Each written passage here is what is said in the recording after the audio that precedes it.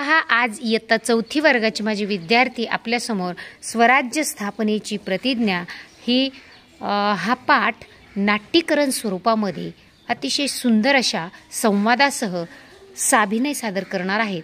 पाहूयात त्यांचा हा स्वराज्य स्थापनेची प्रतिज्ञा हा सुंदर नाट्यीकरण स्वरूपातील पाठ।